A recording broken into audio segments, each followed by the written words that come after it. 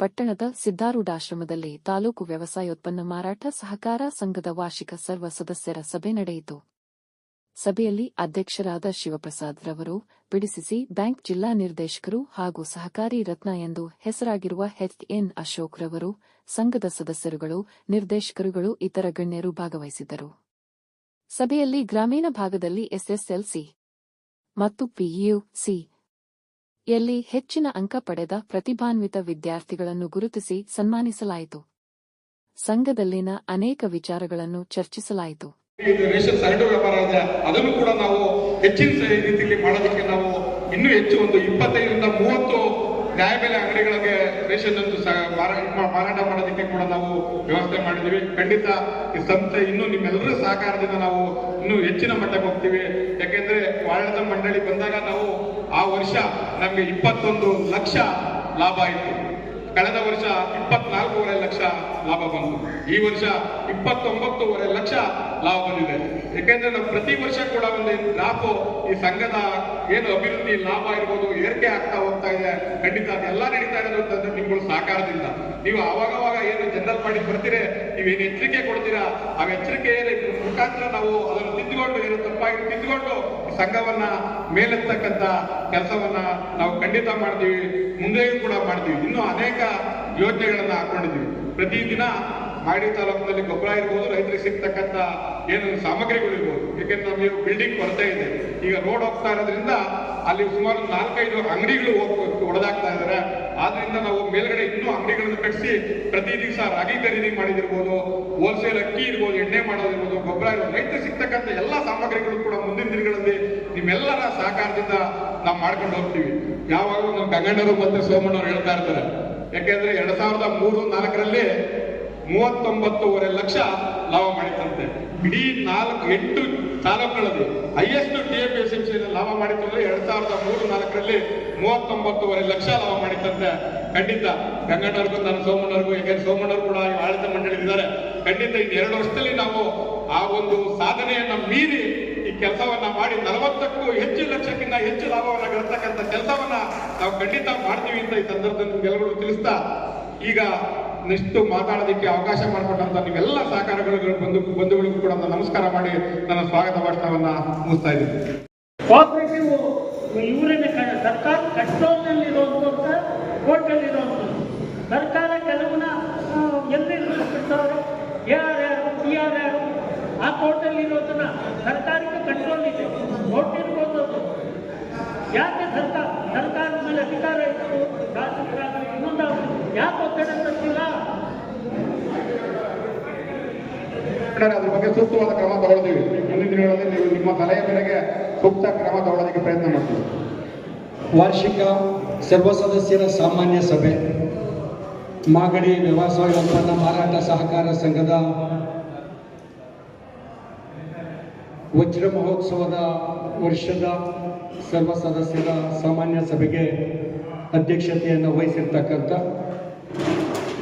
AFSMSನ ಅಧ್ಯಕ್ಷರು ಆತ್ಮೀಯರು ಆದಂಥ ಶಿವಪ್ರಸಾದ್ ಅವರೇ, ಮಾಜಿ ಅಧ್ಯಕ್ಷರು ಹಿರಿಯ ಸಹಕಾರಿಗಳಾದಂಥ ಮುತ್ಸಾಗರ ಸೋಮಣ್ಣ ಅವರೇ, ಉಪಾಧ್ಯಕ್ಷರಾದಂಥ ಆತ್ಮೀಯರು ಆದಂಥ ರಾಜಣ್ಣನವರೇ, ಹಿರಿಯ ಸಹಕಾರಿಗಳಾದಂಥ ನಿರ್ದೇಶಕರು ಆದಂಥ ಪಾಪಣ್ಣ ಅವರೇ, ನಂಜುಂಡಪ್ಪ ಅವರೇ, ಸ್ನೇಹಿತರಾದಂಥ ರಮೇಶ್ ಅಣ್ಣವರೇ, ರವೀಶ್ರವರೇ, ಮಹಾದೇವರವರೇ, ಸಹೋದರಿಯರಾದಂಥ ಗೀತಾ ರಂಗನಾಥ್ರವರೇ, ನಮ್ಮ ಶಿಲ್ಪಾ ವಿಜಯ್ ಕುಮಾರ್ ಅವರೇ, ಸ್ನೇಹಿತರಾದಂಥ ರಂಗನಾಥ್ನವರು, ಸ್ನೇಹಿತ ಮಂಜು, ಹಿರಿಯರು ಮಾಜಿ AFSMSನ ಸೆಕ್ರೆಟರಿಗಳಾದಂಥ ಗಂಗಣ್ಣರವರೇ, ಸಂಸ್ಥೆಯ ಎಲ್ಲ ಸಿಬ್ಬಂದಿ ವರ್ಗದವರೇ, ಎಲ್ಲಕ್ಕಿಂತ ಮುಖ್ಯವಾಗಿ ಈ ಸಭೆಗೆ ಕಳಶಪ್ರಾಯರಾಗಿ ಬಂದಿರತಕ್ಕಂಥ ಸಂಘದ ಅಷ್ಟೂ ಜನ ಸದಸ್ಯರು, ವರ್ಷ ಸಂಘದ ಸರ್ವ ಸದಸ್ಯರ ಹಾಜರಾತಿ ಮೇಲ್ಮೆಟ್ಟಕ್ಕೆ ಹೋಗ್ತಾ ಇರ್ತಕ್ಕಂಥದ್ದು. ಎಲ್ಲಕ್ಕಿಂತ ವಿಶೇಷವಾದ ಅಂಶ ಬಂದಿರತಕ್ಕಂಥ ಎಲ್ಲ ಸದಸ್ಯರೇ, ಮಾಧ್ಯಮ ಸ್ನೇಹಿತರೆ, ನಾನು ವೇದಿಕೆ ಮೇಲೆ ಕರೀರಿ ಅಂತ ಅಂದ್ಬಿಟ್ಟು ರಾಮನಗರ ಜಿಲ್ಲಾ ಸಹಕಾರ ಯೂನಿಯನ್ ಅಧ್ಯಕ್ಷರು ಧನಂಜಯ ಅವರು, APMCಯ ಮಾಜಿ ಅಧ್ಯಕ್ಷರಾದಂಥ ಮಾರೇಗೌಡರು, ಮೂರ್ತಣ್ಣವರು, ನಾಗರಾಜಣ್ಣವರು, ಹಿರಿಯರು ಯಾರ್ಯಾರಿದ್ದಾರೆ, ಶಿವಣ್ಣವರು, ವೆಂಕಟೇಶಣ್ಣ ಕರೀದಿದ್ದೆ. ಅದು ನಿಮ್ಮ ದೊಡ್ಡತನ. ಕಾರಣ ಇಲ್ಲಿ ಕುಳಿತಿರ್ತಕ್ಕಂಥ ಇಲ್ಲಿಂದ ನಮ್ಮ ಮರೂರು ವೆಂಕಟೇಶನಿಂದ ಪ್ರಾರಂಭವಾಗಿ ಆ ಮೂಲೆಯಲ್ಲಿ ಗಂಗಣ್ಣ ಏನು ಕೂತವನೇ ಸೆಕ್ರೆಟರಿ ಗಂಗಣ್ಣ, ಅಲ್ಲಿ ತನಕನೂ ಪ್ರತಿಯೊಬ್ಬರು ವೇದಿಕೆ ಮೇಲೆ ಕೂಡ್ಲಿಕ್ಕೆ ಅರ್ಹತೆ ಇರ್ತಕ್ಕಂಥವ್ರು. ಎಲ್ಲರೂ ಸಹಕಾರಿ ಬಂಧುಗಳು ಆ ಶಕ್ತಿ ಇರ್ತಕ್ಕಂಥವ್ರು. ಆದರೆ ಈ ಒಂದು ಸ್ಥಳಾವಕಾಶ ಅಥವಾ ವೇದಿಕೆ ಮೇಲೆ ಇರ್ತಕ್ಕಂಥ ಸ್ಥಾನದ ಲಭ್ಯತೆ ಆಡಳಿತ ಮಂಡಳಿ ಮಾತ್ರ ಇರಲಿ ಅಂತಕ್ಕಂಥ ದೊಡ್ಡ ಹೃದಯ ವೈಶಾಲ್ಯತೆಯನ್ನು ತಾವು ಮೆರೆದಿದ್ದೀರಿ. ಧನ್ಯವಾದವನ್ನು ಹೇಳ್ತಾ ಮೊದಲು ಒಂದು 2-3 ಪ್ರಶ್ನೆಗೆ ಉತ್ತರ ಶಿವಣ್ಣವ್ರದ್ದು ಪ್ರಥಮವಾಗಿ ಇದನ್ನು ಆಗಲೇ ಅಧ್ಯಕ್ಷರು ಹೇಳಿದಾಗೆ ಮಲ್ಲಿ ಸ್ವಾಮಿಯಣ್ಣ ಒಂದು 10 ನಿಮಿಷ ಸುಮ್ಮನೆ ಆಗ್ತೀನಿ, ನಾನೇನೆ ಮುಗಿಸ್ಕೊಳ್ಳಿ. ನೀವು ಮಂಜು ಶಿವರಾಜ ಇದ್ದಿದ್ದತ್ರ ಏನಾದರೂ ಚರ್ಚೆ ತಪ್ಪಲ್ಲ ಪಾಪ, ಅದು ಮಾತಾಡಲಿ ಅಂತಲೇ ನಾನು ಹೇಳ್ತಾ ಇರೋದು. ಅಮ್ಮ ನಿಲ್ಲಿಸ್ಲ ಒಂದು 10-15 ನಿಮಿಷ ಬೇಡವಾ? ಸಂತೋಷ.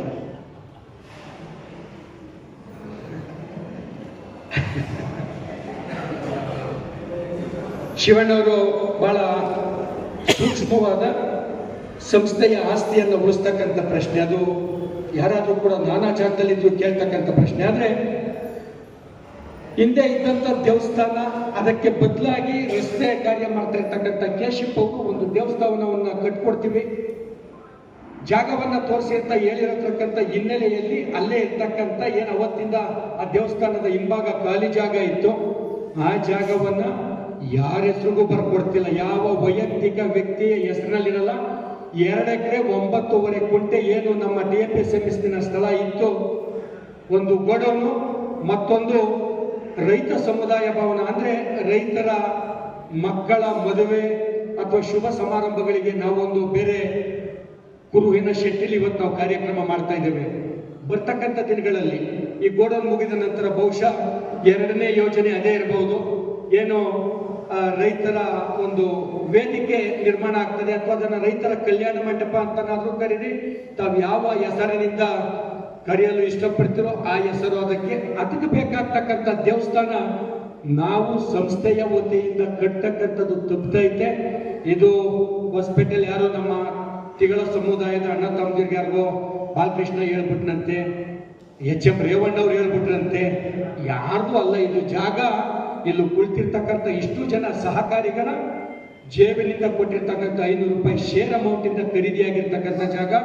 ಇದನ್ನ ಯಾರದೋ ಮನಸ ಒಲ್ಸಕ್ಕೋ ಯಾರಿಂದನೋ ಮತವನ್ನ ಗಳಿಸ್ಲಿಕ್ಕೂ ಅಲ್ಲ, ನಮ್ಮ ಅವಶ್ಯಕತೆಗೆ ಬೇಕಾಗಿರ್ತಕ್ಕಂಥ ನಮ್ಮ ಕೈಯಿಂದ ದುಡ್ಡು ಬೀಳದೆ ಅದಕ್ಕೆ ಆ ಸಂಬಂಧಪಟ್ಟ ರಸ್ತೆ ಅಭಿವೃದ್ಧಿ ಮಾಡ್ತಾ ಇರ್ತಕ್ಕಂಥ ಕೇಶಿಪ್ನವರು ನಮಗೆ ಅದನ್ನ ಪುಕ್ಕಟೆಯಾಗಿ ಕಟ್ಕೊಡೋದ್ರಿಂದ ನಮಗೂ ಅವಶ್ಯಕತೆ ಇರೋದ್ರಿಂದ ಕಲ್ಯಾಣ ಮಂಟಪವನ್ನ ಕಟ್ಟಿದ್ರೆ ಅವತ್ತು ಬೇಕಾಗ್ತಕ್ಕಂಥ ಹಿಂದೂ ಸನಾತನ ಪರಂಪರೆಯ ಪ್ರಕಾರ ಗಂಡನ್ನ ದೇವಸ್ಥಾನದ ಹತ್ರ ಬಿಟ್ಟು ಕರ್ಕೊಂಬನ್ನಿ ಅಂತ ನಾವೆಲ್ಲ ಏನೋ ಕಾಶಿ ಪೂಜೆ, ಗಂಡು ಕಾಲು ತೊಳೆಯುವಂಥದ್ದು, ಕನ್ಯಾದಾನ, ಈ ಒಂದು ನಮ್ಮ ಭಾರತೀಯ ಸನಾತನ ಪರಂಪರೆಗೆ ಬೇಕಾಗಿರ್ತಕ್ಕಂಥ ಅವಶ್ಯವಾದಂಥ ಕೆಲಸ ಅಷ್ಟೇ ಹೊರತು ಇದು ಯಾರ ಸ್ವತ್ತಲ್ಲ ಅಂತಕ್ಕಂಥದ್ದು ತಮ್ಮ ಪ್ರಶ್ನೆಗೆ ಉತ್ತರವನ್ನು ಕೊಡ್ತಾ. ಹಾಗೆಯೇ ಸೀತಾರಾಮ್ ಅವ್ರ ವಿಚಾರನ ನಾನು ಮಾತಾಡೋದು ಬೇಡ, ಸಾಕಷ್ಟು ಅವರು ಇದಾಯ್ತಿದಂಗೆ ಇನ್ನು ನಾಳೆ ಬೆಳಿಗ್ಗೆ ಯಾವ್ದೋ ಮಂಜು ಕಲ್ಯಾಗೇಟಲ್ಲಿ ಹೋಟ್ಲು, ಕಲ್ಯಾಗೇಟ್ಲು ಗಣೇಶನ ದೇವಸ್ಥಾನದ ಹತ್ರ ಹೋಟ್ಲು, ಮೋಸ್ಟ್ಲಿ ಅಣ್ಣಯ್ಯನ ಹೋಟ್ಲೆ ಇರಬೇಕು ಅಥವಾ ಮೇಲೆ ಅಣ್ಣಯ್ಯನ ಹೋಟ್ಲೆ. ಅರ್ಧ ಪ್ಯಾಕ್ ಸಿಗರೇಟು 3 ಸತಿನೋ 4 ಸರ್ತಿನೋ ಅರ್ಧ ಇನ್ನು ಬೇರೆ ಯಾವ್ದೋ ಹೋಟ್ಲು ಆಯ್ತು ಬಿಡಿ, ಯಾವ್ದೋ ಅಲ್ಲೇ ಪಕ್ಕ ಅಕ್ಕಪಕ್ಕ ಒಂದು ಅರ್ಧ ಪ್ಯಾಕ್ ಐಟಿ ಸಿಕ್ಕಿ ಒಂದು 5 ಸತಿ ಅಥವಾ 6 ಸತಿ ಟೀ ಇಟ್ಕೊಳ್ಳೋದು. ನನ್ನ ಬೈತಾ ಇರೋದು ಯಾಕೆ ಬೇಕು ಅವ್ನು ಸವಾಸ, ಸುಮ್ಮನೆ ಬೈಸ್ಕೊಂಡು ನನಗೂ ಬೇಜಾರಾಯ್ತದೆ, ಬೇಡಪ್ಪ ಯಪ್ಪಂದು ಬಾಳೆನಳ್ಳಿ ರಾಜಂದು ಇಂಥವ್ರೆಲ್ಲ ವಿಚಾರ ನಮ್ಗೆ ಯಾಕೆ ದೊಡ್ಡ ವ್ಯಕ್ತಿಗಳು ಅಂತ ಅಂದ್ಬಿಟ್ಟು ನಾನು ಬಿಟ್ಬಿಟ್ಟಿದ್ದೀನಿ. ಇದು ಅನಿವಾರ್ಯ, ಮಾತಾಡಲೇಬೇಕು. ನೀವು ಅನೇಕರು ಆ ಪ್ರಶ್ನೆಯನ್ನ ಯೋಗಣ್ಣನಿಂದ ಹಿಡಿದು ನಮ್ಮ ತಿರುಮಲೆ ನನ್ನ ಸ್ನೇಹಿತ ಅವ್ರ ಹೆಸರೇ ನಾವು ಮರ್ತೆ ಅವರು ಕೂಡ ಮಾತಾಡಿದಂಥವ್ರು,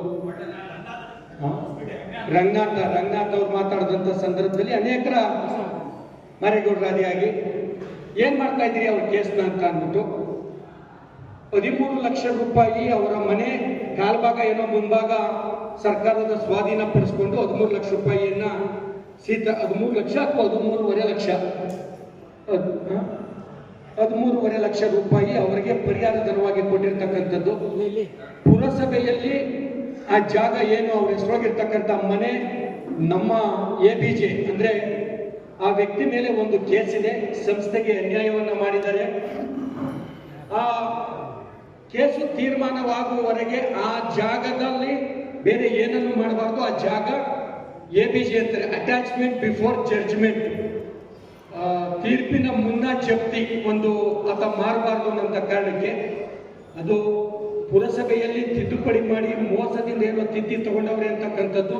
ಪುರಸಭೆಯ ಅಧಿಕಾರಿಗಳನ್ನು ಕೂಡ ಕ್ರಿಮಿನಲ್ ಕಂಪ್ಲೇಂಟಿನ ಭಾಗವಾಗಿ ಸೇರಿಸಿ ಪರಿಹಾರ ಧನವನ್ನು ನೀಡಿರ್ತಕ್ಕಂಥ ಕೇಶಿಪ್ ಅವರನ್ನು ಕೂಡ ಆ ಕ್ರಿಮಿನಲ್ ಕಂಪ್ಲೇಂಟ್ಗೆ ಸೇರಿಸಿ ಕಂಪ್ಲೇಂಟ್ ಅನ್ನು ನೀಡಲಿಕ್ಕೆ ನಾಳೆ ಅಥವಾ ನಾಡಿರುವಾಗ ಕಂಪ್ಲೇಂಟ್ ನೀಡ್ತಾರೆ. ಯಾವ ಅನುಮಾನ ಬೇಡ. ಇದರೊಳಗೆ ಸೀತಾರಾಮ್ ಅವರು ರಾಜಕೀಯವಾಗಿ ಯಾರ ಜೊತೆನಾದ್ರೂ ಇರಲಿ, ಒಂದು ಅನುಮಾನ ಏನ್ ಬರ್ತದೆ ಅಂದ್ರೆ ಸಹಜವಾಗಿ ತಮ್ಮಾಜಿ ಬಾಲಕೃಷ್ಣ ಅವ್ರ ಸಹೋದರ ಸೀತಾರಾಮ ಆಗಿಂದಾಗೇನೆ ಪಾತ್ರ ಬದಲು ಮಾಡ್ತಾ ಇರ್ತಕ್ಕಂಥವ್ರು. ಮಂಜು ಇದ್ರೆ ಮಂಜು ಅಣ್ಣ, ಬಾಲಕೃಷ್ಣ ಇದ್ರೆ ಬಾಲಕೃಷ್ಣಣ್ಣ, ಇವರಿಬ್ರು ಇಲ್ಲ ಅಂದ್ರೆ HM ರೇವಣ್ಣ. ಇವ್ರಗಳ ಹತ್ರ ಓಡಾಡಿ ಅವರು ಯಾವ ವೇಷವನ್ನು ಬೇಕಾದ್ರೂ ಕ್ಷಣ ಮಾತ್ರದಲ್ಲಿ ಪರಕಾಯ ಪ್ರವೇಶ ಮಾಡ್ತಕ್ಕಂಥ ಸಂಪೂರ್ಣ ಅಭಿಜಾತ ಕಲಾವಿದರು.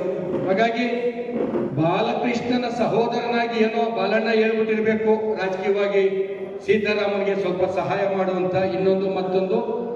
ಯಾವುದೇ ಕಾರಣಕ್ಕೂ ಇದು ಈ ಆಡಳಿತ ಮಂಡಳಿಯ, ನನ್ನನ್ನು ಸೇರಿ ಆಡಳಿತ ಮಂಡಳಿಯವರು ಯಾರೇ ಹೇಳಿದ್ರು ಅದನ್ನ ಕಿವಿ ಹೊಡೆದಿಲ್ಲ. ಕಾನೂನುಬದ್ಧವಾಗಿ ವಸೂಲಾತಿಗೆ ಯಾವ ಕ್ರಮವನ್ನು ಇಡಬೇಕು ಆ ಕ್ರಮವನ್ನು ಇಟ್ಟಿದ್ದೇವೆ. ಇದು ಕೋರ್ಟ್ ಹೋದ್ಮೇಲೆ ತಮಗೂ ಗೊತ್ತಿರ್ತಕ್ಕಂಥದ್ದು. ಅದೇ ರವಿಶಂಕರ್, ತಮಗೆ ಗೊತ್ತಿರ್ತಕ್ಕಂಥ ರವಿಶಂಕರೇ ಕೇಸನ್ನು ನೋಡ್ತಾ ಇದ್ದಾರೆ.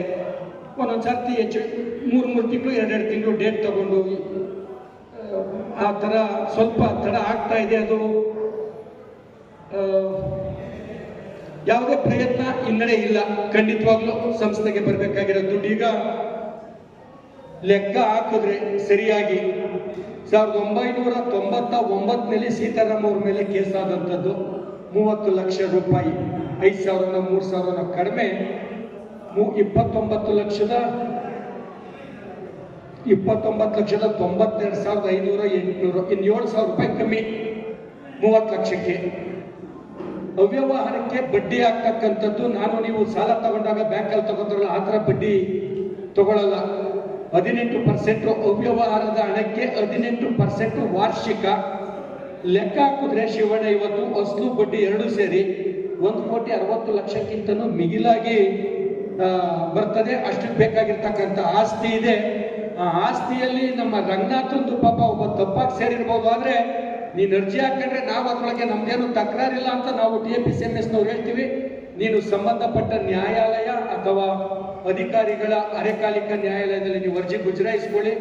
ನಾವು ನಿಮ್ಮ ಅರ್ಜಿಗೆ ಯಾವುದೇ ವಿರೋಧ ಮಾಡಲ್ಲ. ಕಾರಣ ಅವಾಗೆಲ್ಲ ಸರ್ವೆ ನಂಬರ್ ಒಂದೇ ಆಗಿದ್ರಿಂದ ನಿಮ್ಮವೂ ಕೂಡ ಸೇರಿ ಸೀತಾರಾಮ್ ಅವರು ಮಾಡಿರ್ತಕ್ಕಂಥ ಆಸ್ತಿ ಜಪ್ತಿಗೆ, ಆದೇಶ ಪೂರ್ವ ಆಸ್ತಿ ಜಪ್ತಿಗೆ ನಿಮ್ಮದನ್ನ ನಾವು ನಿರಪೇಕ್ಷಣ ಪತ್ರವನ್ನು ಕೊಡ್ತೇವೆ, ನೀವು ಮಾಡಿಸ್ಕೋಬಹುದು. ನಿಮ್ಗೆ ನಮ್ಗೆ ತಕರಾರಿಲ್ಲ. ರಾಗಿ ಸಾಹೇಬ್ರ ಯಾರೋ ಪಾಪ ರಾಗಿ ವಿಚಾರ ಯೂರಿಯಾ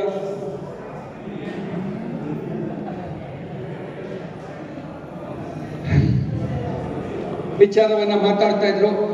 ರಾಗಿ TAPCMS ಇಂದ ಕೊಡ್ತಕ್ಕಂಥದ್ದಲ್ಲ ಸಾಹೇಬ್ರೆ. ಸರ್ಕಾರ ಏನು ರೇಷನ್ ಕಾರ್ಡ್ ಮೂಲಕ ಪಡಿತರ ವ್ಯವಸ್ಥೆಯ ಭಾಗವಾಗಿ 5 ಗ್ಯಾರಂಟಿ ಯೋಜನೆಗಳ ಮೂಲಕ ಆಯಾ ಕಾಲದಲ್ಲಿ ಅಕ್ಕಿ ವರ್ಷ 9 ಕಾಲ, ರಾಗಿ ಯಾವಾಗ ಬೆಲೆಯನ್ನ ಸರ್ಕಾರ ರಾಗಿ ಖರೀದಿ ಮಾಡಿರ್ತದೆ ಆ 2-3 ತಿಂಗಳು ಬಹುಶಃ ರಾಗಿ ಇದ್ದಂತ ಸಂದರ್ಭದಲ್ಲಿ ಕೊಡಬಹುದು. ಅದು ಸರ್ಕಾರದ ಹೊಣೆಗಾರಿಕೆ. TAPCMSನಿಂದ ನಾವು ಕೂಡ ಸರ್ಕಾರಕ್ಕೆ ತಹಶೀಲ್ದಾರ್ನವರ ಮೂಲಕ ನಮ್ಮ ತಾಲೂಕಿಗೆ ಸರಬರಾಜಾಗ್ತಾ ಇರ್ತಕ್ಕಂಥ ರಾಗಿಯ ಗುಣಮಟ್ಟ ಕಳಪೆಯಾಗಿ ಕೂಡ ಐತೆ.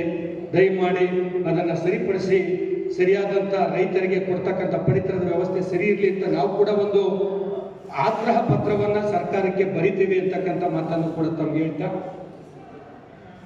ಬಿಲ್ಡಿಂಗು ಯಾವ ಶಿಫ್ಟಿಂಗು ಇಲ್ಲ ರಂಗಸೋಮಣ್ಣವರು, ಹೌದು ಇಲ್ಲ ಕರೆಕ್ಟ್, ರಂಗಸೋಮಣ್ಣವ್ರಿಗೆ ಕಿವಿ ಬಿದ್ದಿರ್ತಕ್ಕಂಥ ವಿಚಾರನೂ ಕೂಡ ಸರಿ. ಶಾಸಕರಾದಂಥ ಬಾಲಕೃಷ್ಣ ಅವರು ಇದನ್ನ ಒಂದ್ಸರ್ತಿ ಕೇಳಿದ್ರು, ನೀವು TAPCMS ಅವರು ಇದನ್ನು ಸ್ವಲ್ಪ ಈ GKBMS ಅಲ್ಲಿಗೆ ಬರೋಕ್ಕಾಗಲ್ವಾ, ಅಷ್ಟೇ ಜಾಗ ಕೊಡ್ತೀವಿ ಅಂತ. ಇಲ್ಲ ಅದು ಸಾಧ್ಯ ಇಲ್ಲ.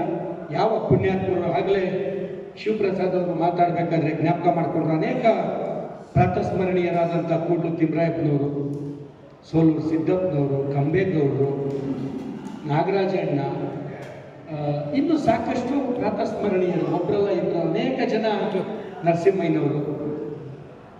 ಯಾರಿಗಾದ್ರೂ ಹೆಸರು ಬಿಟ್ಟಿದ್ರೆ ಅದನ್ನು ಏನೋ ಹೆಸರನ್ನ ಉದ್ದೇಶಪೂರ್ವಕವಾಗಿ ಬಿಟ್ಟವ್ರೆ.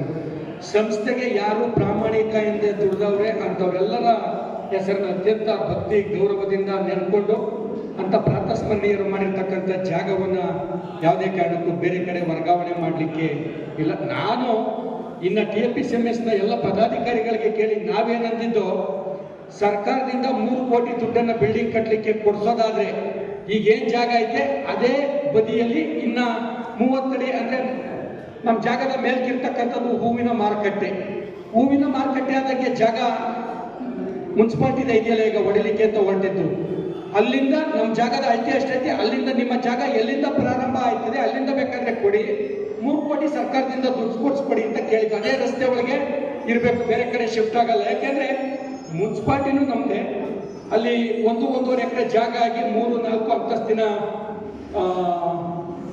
ತರಕಾರಿ, ಹೂವು, ಹಣ್ಣು ಮತ್ತೆ ಮಾಂಸ ಮಾರಾಟದ್ದು ಎಲ್ಲ ಒಂದೇ ಬೇರೆ ಬೇರೆ ಫ್ಲೋರ್ಗಳಲ್ಲಿ ಮಾಡಬೇಕು, ಸಂಕೀರ್ಣ ಕಟ್ಟಬೇಕು ಅಂತ ಅನ್ಕೊಂಡಿದ್ರಿಂದ ಮಾರುಕಟ್ಟೆ ಸಂಕೀರ್ಣ, ವಾಣಿಜ್ಯ ಮಾರುಕಟ್ಟೆ, ವಾಣಿಜ್ಯ ಸಂಕೀರ್ಣ. ಆ ಕಾರಣದಿಂದ ನಮ್ಗಿನ್ನೊಂದು 50 ಅಡಿ 70 ಅಡಿ ಅದೇ ರಸ್ತೆಯಲ್ಲಿ ಮೇಲ್ಭಾಗಕ್ಕೆ ಹೋಗಿ 3 ಕೋಟಿ ರೂಪಾಯಿಯನ್ನ ಸರ್ಕಾರದ ವತಿಯಿಂದ ಕಟ್ಟಲಿಕ್ಕೆ ಕೊಡಿಸಿದ್ರೆ ಆಗ್ಬಹುದು ಅಂತ ನಾವು ಹೇಳ್ತಿದ್ದೋ. ಅವ್ರು ಹಂಗಲ್ಲ ಹೇಳ್ತಿದ್ದು, ಶಾಸಕರು ಪೂರ್ತಿ 200 ಹೋಗಿ ಅಂತ. ಇಲ್ಲ, ನಮಗೂ ನಿಮ್ಗೂ ಅಣಿಯಲ್ಲ, ಇಲ್ಲ ಅಂತಂದ್ರೆ NES ಸರ್ಕಾರ ಹೋಗ್ತೀರಾ, ತಾಲೂಕ್ ಪಂಚಾಯತಿ ಕ್ವಾರ್ಟರ್ಸು ಮತ್ತೆ ಗೋಡೌನ್ ಅದಲ್ಲ, ಎಲ್ಲೂ ಬೇಡಿ, ನಿಮ್ಗೂ ನಮಗೂ ಅದಾಗ್ ಬರಲ್ಲ, ಬೇಡಿ ಅಂತಕ್ಕಂಥ ಮಾತನ್ನು ಹೇಳಿ ಅದನ್ನ ತಳ್ಳಾಕಿದ್ದೀವಿ. ಇದು 3ನೇ ವಿಚಾರ. ಅದ್ರ ಬಗ್ಗೆನೂ ಯಾರಿಗೂ ಗಾಬರಿ ಬೇಡ. 4ನೇದು, ನನಗೆ ಶುರುವಾಗಿರ್ತಕ್ಕಂಥ ಅನುಮಾನ ಮೂರ್ತಣ ನರಸಿಂಹಮೂರ್ತನ ಇದ್ದ ಕೇಳಿಸ್ಕೊಳ್ಳಿ. ಈಗ ಸೋಲೂರು ಅಂತಂದಿರು ಕೂತವ್ರೆ, ಮುಂದಕ್ಕೆ ನನಗೆ ಏನು ಸೋಲೂರು TFSMS ಮಾಗಡಿ TFSMS ಅಂತಂದಿರು ಅಂತಕ್ಕಂಥದ್ದು ಒಂದು ಸೋಲೂರು ಅಂತಂದಿರು ಏನು ಅಂತ ಗೊತ್ತಿಲ್ಲ. ಅದನ್ನ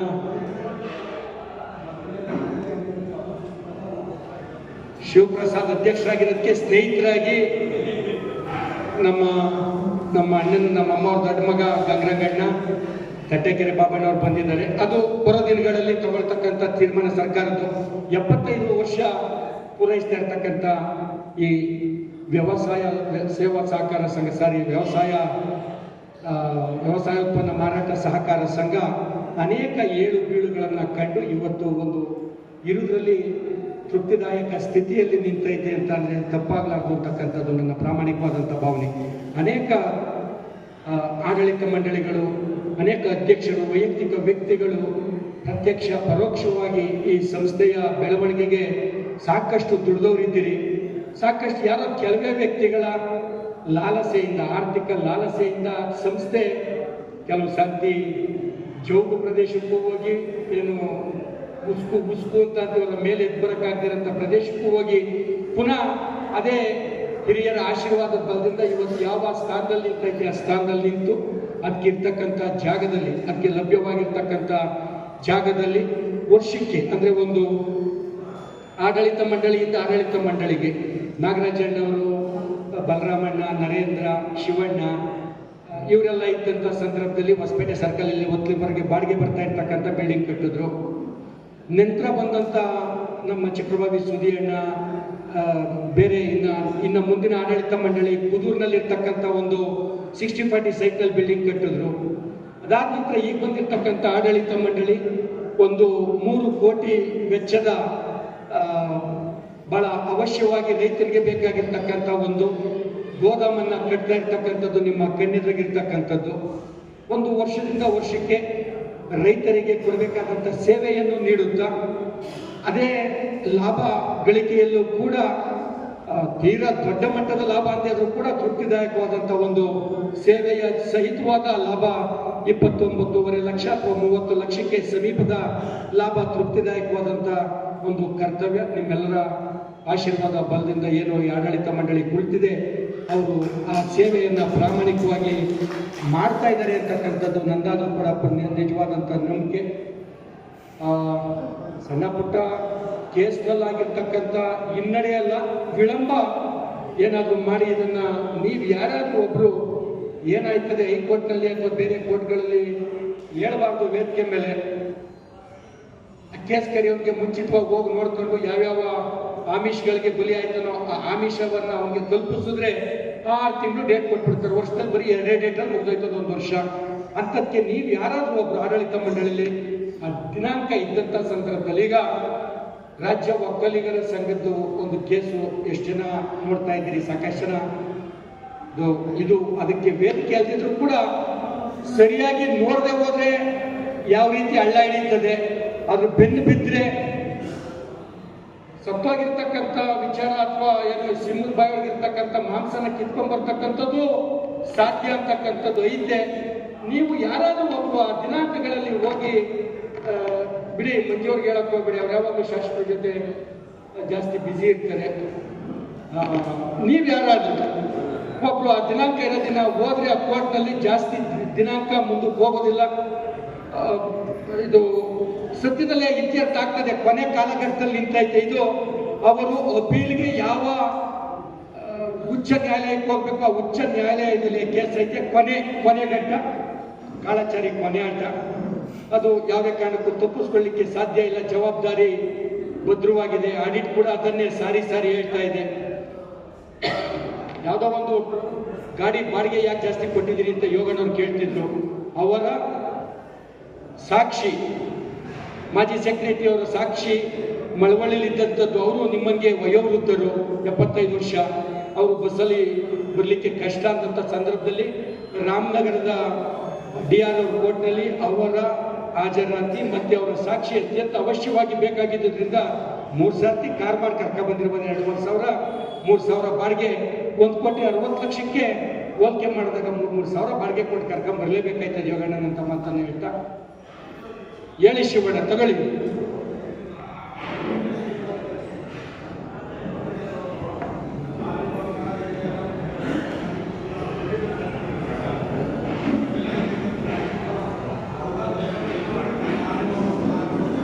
ಸದ್ಯ ನನಗೆ ನೀನು ಹಿರಿಯಣ್ಣನಾಗಿ ನನಗೆ ಸದ್ಯ ನೀವು ಕಟ್ಟಿಲ್ಲ ಅಂತ ನನ್ನ ಅದರಿಂದ ವಿನಾಯಿತಿ ಕೊಟ್ಟಿರೋದಕ್ಕೆ ಯಾರೋ ಕಟ್ಬಿಟ್ಟವ್ರೆ ಅಂತಲೂ ನೀನೇ ಹೇಳ್ದಲ್ಲಣ್ಣ.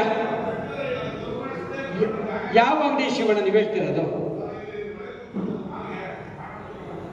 ಇನ್ಲಿಂದ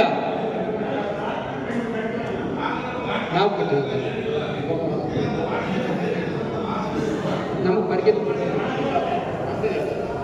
ಆಯ್ತು. ಶಿವಣ್ಣವರು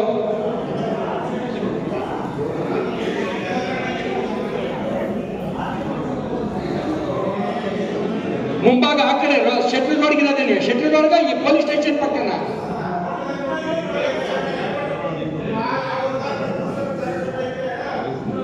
ಇಲ್ಲ ಆಯ್ತು ಅಣ್ಣ, ಅದು ಸಾರ್ವಜನಿಕರು ಇಲ್ಲಿರ್ತಕ್ಕಂಥ ಎಲ್ಲ ರೈತರ ಬಳಕೆಗೆ ಅನುಕೂಲ ಆಗತ್ತೆ. ನಾನು ನೀವು ನಾಳೆ ನಾಡಿದ್ದು ಯಾವತ್ತಾರು ಅಲ್ಲೇ TAPCMS ಅಲ್ಲೇ ಕುಳಿತು ಒಂದರ್ಧ ಕಾಫಿ ಕುಡಿದು ಸೂಕ್ತವಾಗಿದ್ದ ಖಂಡಿತ ಮಾಡೋಣ. ಶಿವಣ್ಣ ಬನ್ನಿ, ದಯಮಾಡಿ ಬನ್ನಿ ಅಲ್ಲಿಗೆ. ಇಷ್ಟು ವಿಚಾರ.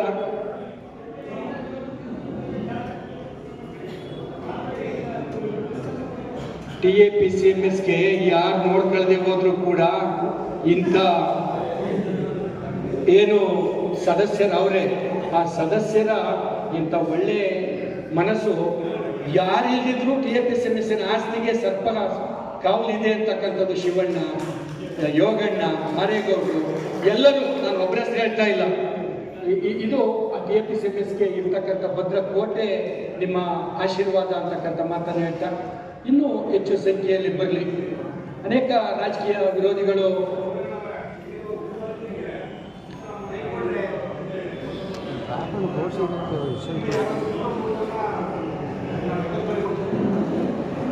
ಸರ್ ಜವಾಬ್ದಾರಿ ಕೊಡುವಂಥದ್ದೇನಿಲ್ಲ, ಅಧ್ಯಕ್ಷರು ಹೌದಲ್ಲದೆ ಖರ್ಚೇನು ಬರ್ತದೆ. ಇರೋ ದಿನಾಂಕದಿಂದ ಹೋಗಿ ಬರಲೇಬೇಕಾದಂಥ ಜವಾಬ್ದಾರಿ ಅವ್ರ ಮೇಲೆ ಖಂಡಿತವಾಗ್ಲೂ ಹೇಳ್ತೀನಿ ಚಂದ್ರ. ಆಯ್ತಣ್ಣ.